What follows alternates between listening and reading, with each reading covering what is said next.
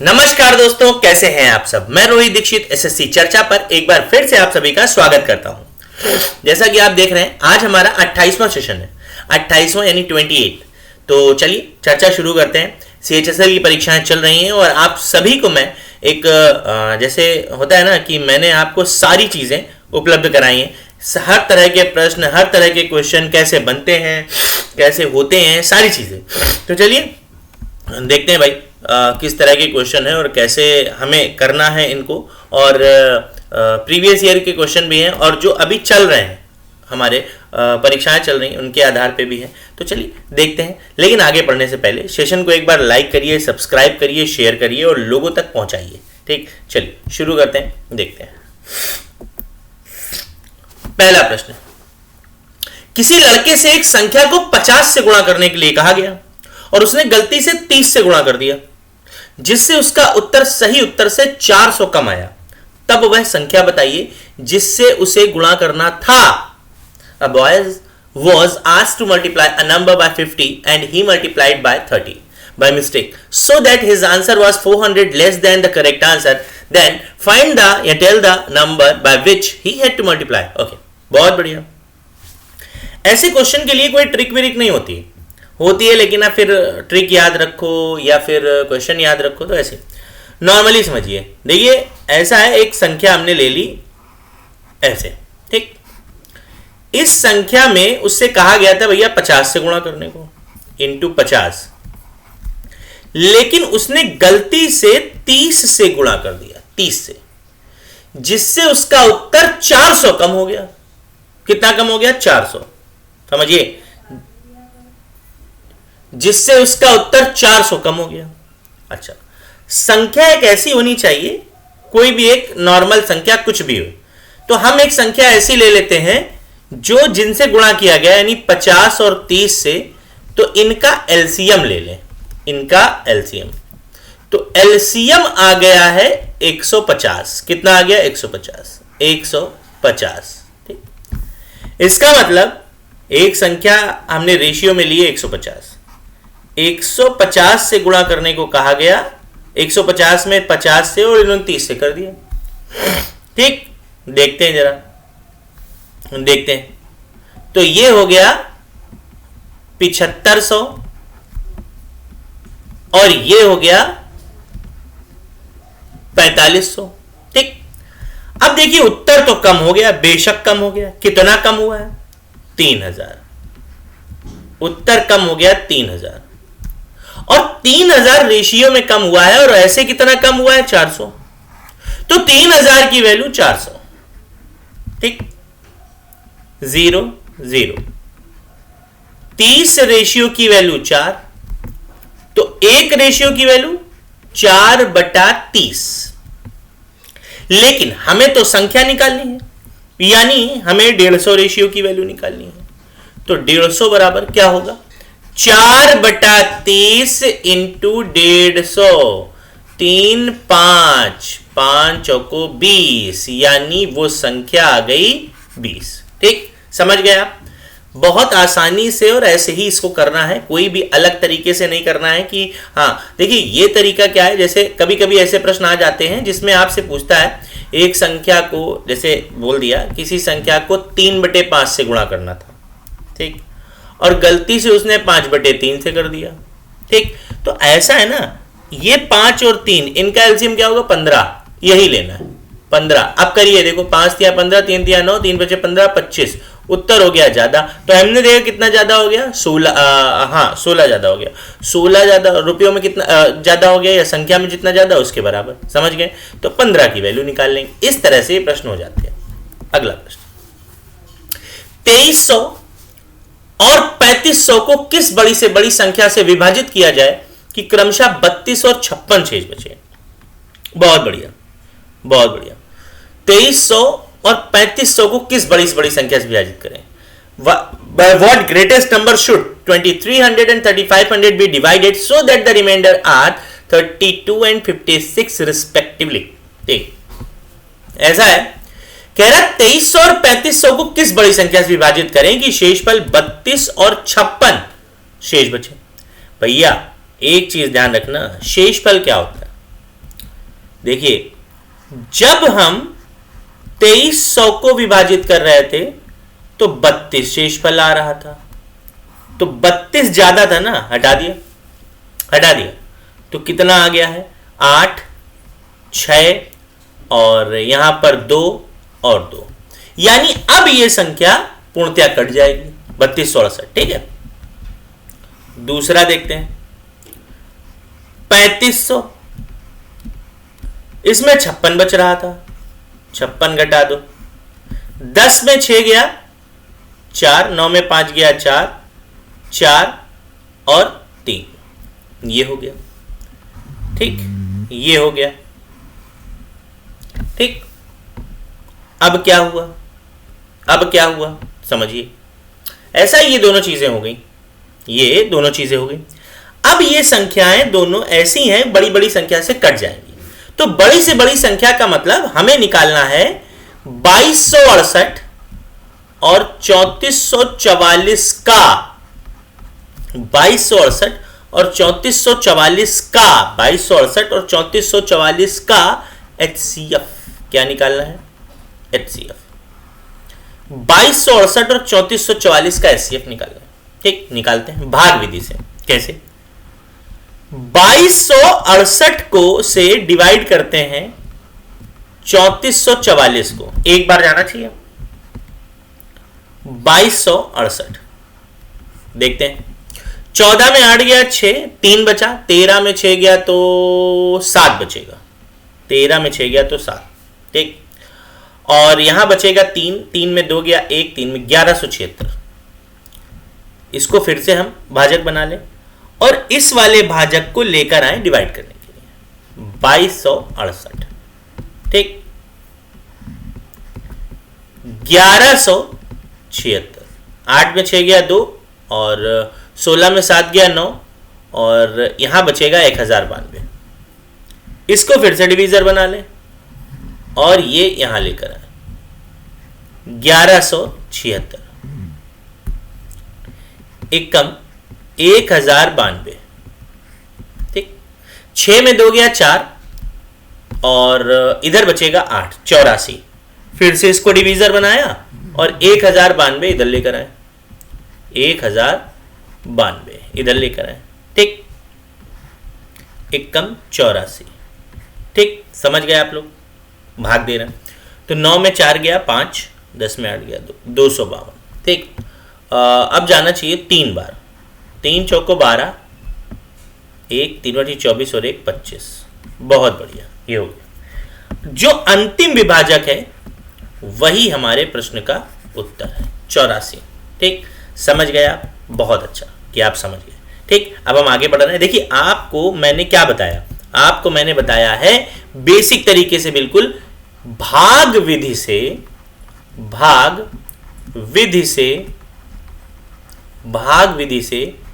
HCF निकालना, भाग विधि से HCF निकालना, भाग विधि से HCF निकालना, भाग विधि से HCF निकालना। ठीक, अगला, सोमवार, मंगलवार, बुधवार और बृहस्पतिवार का औसत तापमान 48 डिग्री सेल्सियस था। सोमवार, मंगलवार, बुधवार और बृहस्पतिवार का औसत तापमान 48 डिग्री सेल्सियस था, जबकि मंगलवार, बुधवार, बृहस्पतिवार और शुक्रवार का औसत तापमान 42 डिग्री सेल्सियस था। यदि सोमवार को तापमान 42 डिग्री रहा हो तो शुक्रवार का तापमान डिग्री में बताइए।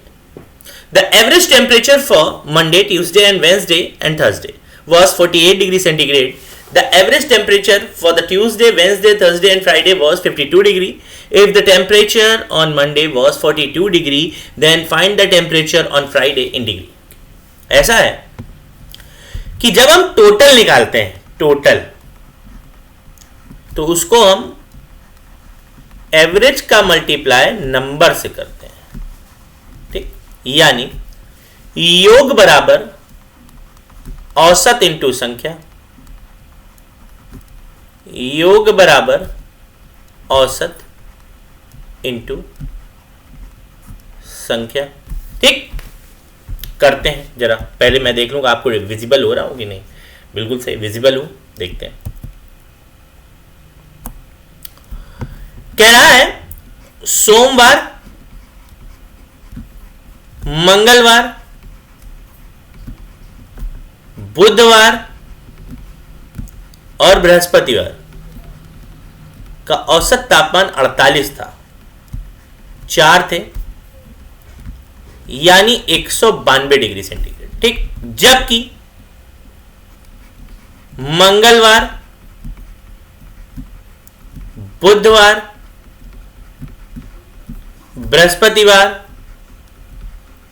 और शुक्रवार का औसत तापमान 52 डिग्री सेंटीग्रेड था, 4 से, क्योंकि 4 दिन है तो ये हो गया 208 डिग्री। ठीक, कह रहा है यदि सोमवार का तापमान 42 हो, मंडे का टेम्परेचर है 42 डिग्री। ठीक, ये तो इसमें दिया है सारी चीजें, ये सारी चीजें गिवन है। ठीक, सबसे पहले अब ये उठाते हैं, ये ठीक, यानी मंडे, ट्यूसडे,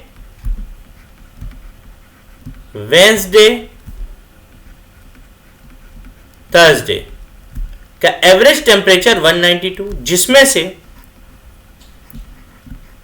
मंडे का टेम्परेचर है 42। अगर हम माइनस कर दें तो ट्यूसडे, वेंसडे और थर्सडे का टोटल टेम्परेचर होगा 150। ठीक, अब क्या करें, अब इसको लेते हैं, ट्यूसडे, वेंसडे, थर्सडे और फ्राइडे का टोटल टेम्परेचर 208 है, जिसमें से ट्यूसडे ये वाला प्लस वेंसडे, थर्सडे का 150 है, तब फ्राइडे का जो टेम्परेचर होगा वो होगा 8 और 20 में से 15 गया 5, 58 डिग्री सेंटीग्रेड। देखिए, हम एक ऐसे बच्चे को पढ़ाना चाह रहे हैं, ऐसे मतलब तुम सभी लोग पढ़ रहे हो और इतने इत्मीनान से, इतने प्रेम से हम पढ़ा रहे हैं जैसे आप बेसिक से बिल्कुल पढ़ रहे हो, आपको कुछ नहीं आता। तो बस इसी चीज़ का ख्याल रखिए और जैसे मैं पढ़ा रहा हूँ वैसे ही आप पढ़िए और बहुत आसानी से उसको पढ़ते रहिए और करते रहिए। ठीक है, चलिए आगे बढ़ रहे हैं, देखते हैं आगे किस तरह से हमें करना है और पढ़ना है। ठीक, चलिए बढ़ते हैं आगे, देखते हैं अगला प्रश्न हमारा क्या है। ठीक है, चलिए देखते हैं अगला प्रश्न। 24, 120 और 22 का चौथा समानुपातिक क्या होगा? What is the fourth proportional for 2, 24, 120 और 122? यानी पहला है 24, दूसरा है 120 और तीसरा है 22। कह रहा है इसका चौथा समानुपातिक क्या होगा? देखिए, जब हम रेशियो करते हैं तो रेशियो में 3 चीजें होती है तृतीयानुपाती,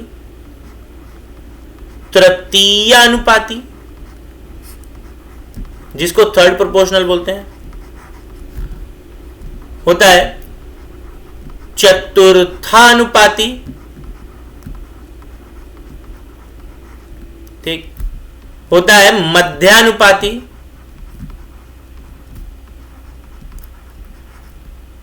ठीक, ये चीजें होती हैं, ठीक। अब इनको कैसे करना है वो समझिए, समझिए। ऐसा है, पहला, दूसरा और तीसरा, ठीक है, कैसे करना है ये समझिए। सबसे पहले हमें क्या करना है कि हमें देखना है कि किस तरह से हम इसको कर पाएंगे।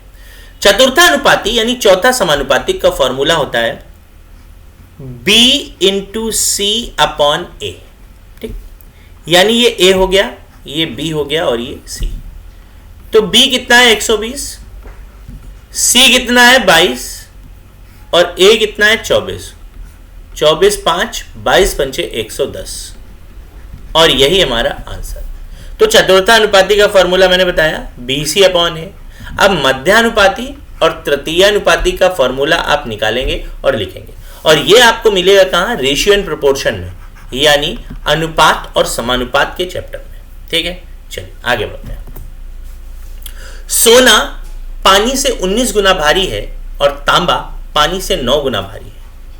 इन्हें आपस में किस अनुपात में मिलाएं कि इस प्रकार बनी धातु पानी से 15 गुना भारी हो। The gold is 19 times heavier than water and copper is 9 times heavier than water. In what ratio should they be mixed so that the metal thus formed is 15 times heavier than water? समझ गया? चलिए देखिए, कभी भी ऐसा प्रश्न आए, मैंने आपको जितनी भी क्लासेस हो चुकी हैं हर क्लास में एक ना एक शायद प्रश्न पढ़ाया है, और नहीं पढ़ाया तो हर दूसरी तीसरी क्लास में ऐसा प्रश्न पढ़ाया। जब कभी भी दो अलग अलग चीजें दी हों और उनको मिलाकर दे दिया जाए, ठीक, तो वहां पर हम एलिगेशन का यूज करते हैं। कैसे? अगर आपको अलग अलग चीजें दे दी जाएं और फिर उनको एक साथ मिलाकर दे दिया जाए तो वहां पर हम एलिगेशन का यूज करते हैं। जैसे सोना और यहां पर गोल्ड था, यहां कॉपर। सोना पानी से 19 गुना भारी है और कॉपर 9 गुना। कह रहा है इन्हें किस अनुपात में मिलाएंगे, 15 गुना भारी हो, 15। एलिगेशन में हम क्रॉस में सब्ट्रैक्ट करते हैं, तो 15 में 9 गया तो बचेगा 6। अब आपको ये लग रहा होगा कि ये छोटा है ये बड़ा है, तो ऐसा कतई नहीं है। हमें सिर्फ कोई बड़ा हो कोई छोटा हो कोई फर्क नहीं पड़ता, हमें सिर्फ घटाना होता है। ठीक, तो भैया 15 में 19 गया, 4 बचा, तो रेशियो आ गया 6:4 और काटेंगे तो 3:2 का रेशियो आ गया। ये आया हमारे प्रश्न का उत्तर। ठीक, समझ गए? देखिए ऐसा है, एलिगेशन में जो चीज आपको यहां लिखनी है मैं लिख देता हूं सेम, वही सेम चीज यहां होती है और वही सेम चीज यहां लिखनी होती है। जैसे अगर रुपए लिखने हैं तो यहां भी रुपए यहां भी रुपए। ठीक, क्वांटिटी तो क्वांटिटी तो क्वांटिटी। ठीक, वैसे होता क्या है मैं आपको बता दूं, हमेशा जैसे यहां पर स्पीड होगी, स्पीड, तो यहां पर टाइम का रेशियो आएगा। ठीक, यहां पर टाइम का रेशियो, अगर यहां टाइम होगा तो स्पीड का रेशियो आता है, स्पीड का। अगर यहां पर रुपए होंगे यानी सैलरी, तो नंबर्स का रेशियो आएगा यानी उनकी संख्याओं का। अगर यहां मार्क्स होंगे, मार्क्स, तो यहां पर नंबर या नंबर्स का रेशियो आएगा। अगर यहां प्रॉफिट या लॉस परसेंट होगा तो यहां पर क्वांटिटी का रेशियो आएगा, क्वांटिटी का रेशियो। ठीक, अगर यहां मान लेते हैं हम सीपी होता है या एसपी होता है तो यहां पर क्वांटिटी का रेशियो आएगा। ठीक, ये सारी चीजें आपको ध्यान रखनी है और यही चीजें आपको अलग बनाएंगी। ठीक, तो और जैसे हम SICI लगा रहे हैं तो SICI में अगर परसेंट या रेट दी होगी, रेट, तो यहां पर रुपयों का रेशियो आएगा, रुपयों का रेशियो आएगा। समझ गया? ठीक, तो इस तरह से आपको ये प्रश्न करने हैं। तो चलिए पहले मैं देख लेता हूं मैं विजिबल हो रहा हूं, बिल्कुल सही, और मैंने अपने ऊपर तो नहीं लिख दिया, नहीं, अब ठीक है, मैं आगे बढ़ता हूं। ठीक, 20 लीटर मिश्रण में दूध और पानी 3:1 के अनुपात में है तथा इस मिश्रण में दूध की मात्रा कितनी और मिलाई जाए कि दूध और पानी का नया अनुपात 4:1 हो जाए। A mixture of 20 liters contains milk and water in the ratio 3:1. How much more milk should be added to this mixture so that the new ratio of milk and water becomes 4:1? Okay, बहुत बढ़िया, very good, nice. देखते हैं, ये दो तरीके से हो जाएगा, एक x ऐसे भी और ऐसे भी। देखिए कहीं भी आपको ऐसा प्रश्न मिले जहां पर टोटल वैल्यू दी हो और रेशियो दे दिया हो, क्या दे दिया हो? रेशियो। टोटल वैल्यू है 20 लीटर और मिल्क और वाटर का रेशियो है 3:1। तो सबसे पहले डिस्ट्रीब्यूट कर लो। कैसे? देखते, योग को अनुपातिक योग से भाग देते हैं, अनुपातिक योग से, यानी सम को सम ऑफ रेशियो से विभाजित करेंगे।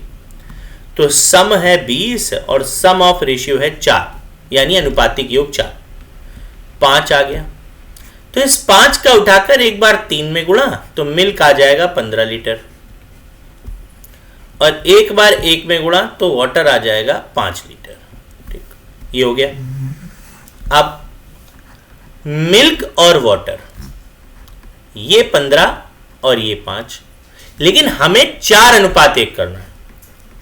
इसका मतलब ये तो 5 ही रहेगा, तो 4 करेंगे तो 4 गुना होगा, ये 5 चौको 20, तो 20 बनाने के लिए इसमें 5 लीटर पानी मिलाना पड़ेगा। ठीक, ये आंसर आ गया। इसके अलावा दूसरा तरीका भी है।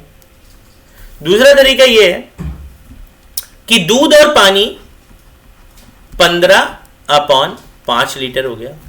कह रहा है इस मिश्रण में दूध की कितनी मात्रा मिलाएं, तो x मिलाई जाए कि दूध और पानी का नया अनुपात 4:1 हो जाए, क्रॉस मल्टीप्लाई। तो 15 प्लस x यानी 20, x बराबर 5, आंसर आ गया। ठीक, तो चाहे ऐसे करिए चाहे ऐसे करिए, आंसर दोनों से सेम। ठीक, अगला प्रश्न देखिए। कह रहा है एक जीप है, वो एक कार का पीछा कर रही है जो जीप से 5 किलोमीटर आगे है, और उनकी चालें क्रमशः 90 किलोमीटर प्रति घंटा तथा 75 किलोमीटर प्रति घंटा है। जीप कार को कितने मिनट के बाद पकड़ लेगी? सही। A jeep following a car which is 5 kilometer ahead of the jeep. Their speeds are 90 km per hour and 75 km per hour respectively. After how many minutes will the jeep catch the car? Okay, बहुत बढ़िया, very good. How many minute, यानी वो हमसे समय पूछ रहा है। समय यानी time is equal to distance upon speed. Distance तो भैया 5 किलोमीटर है दोनों की। ठीक, स्पीड की बात करें, होता यह है कि जब, मैं लिख दे रहा हूं फिर से, जब दो पिंड यानी कोई ऑब्जेक्ट की बात करें, समान दिशाओं में गतिमान हो, समान दिशा में जाते हो, तो चालें घट जाती हैं, चालें घट जाती हैं, चालें घट जाती हैं। तो चालें घट जाती हैं तो भैया जीप भी इधर जा रही है 90 kmph की स्पीड से, और कार भी इधर जा रही है, कार जा रही है 75 km/h की स्पीड से। तो सेम डायरेक्शन माइनस, तो माइनस होके ये हो जाएंगे 15 km/h, 15। ठीक, यानी 1/3 घंटा लगेगा, लेकिन उसने घंटा नहीं कहा है, मिनट में। तो 1 मिनट में, 1 घंटे में 60 मिनट होते हैं, तो 60 से गुणा कर दो, 3 से गया तो 15 मिनट आया, 15 ही मिनट आएगा, तो 15 मिनट। तो कह रहा कितने घंटे बाद पकड़ लेगी, 5 किलोमीटर है, नहीं 60 से गुणा करें 20 आएगा, सॉरी मैं देखो 15 कर रहा हूँ, मेरा ध्यान देखो कहाँ पे, सॉरी 20। आप लोग भी कह रहे हो अरे सर, है ना, तो बात सही है। 20 मिनट लगेंगे और 20 मिनट में ये इसको पकड़ लेगी, आंसर आ गया, समझ गए आप। देखिए बहुत आसानी से करना होता है। ठीक, चलिए आगे बढ़ते हैं अगले प्रश्न की तरफ। एक आदमी शांत जल में 4 किलोमीटर प्रति घंटे की चाल से तैर सकता है। यदि पानी की चाल 2 किलोमीटर प्रति घंटा हो तो 10 किलोमीटर धारा के विपरीत जाने में उसे कुल कितना समय लगेगा? ठीक, A man can swim at a speed of 4 km per hour in still water. If the speed of water is 2 km per hour, how long will it take to go 10 km upstream? ऐसा है, धारा के विपरीत जाने में कितना समय लगेगा? समय बराबर होता है दूरी बटे चाल। दूरी की बात करें, दूरी तो है 10 किलोमीटर, ऑपोजिट यानी विपरीत, तो हमें स्पीड भी चाहिए। कैसी? विपरीत। विपरीत। ठीक, देखते हैं। ऐसा है कि पहली चीज, शांत जल में चाल, शांत जल में चाल होती है x किलोमीटर पर आवर और होती है धारा की चाल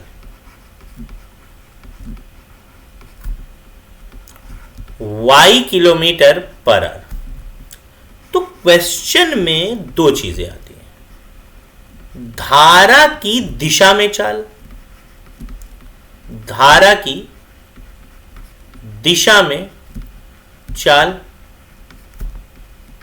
x plus Y kilometre per hour, या धारा के विपरीत चाल, विपरीत x minus Y kilometre per hour. तो अगर गौर करें यहां पर, तो हमारे पास शांत जल में चाल दिया है 4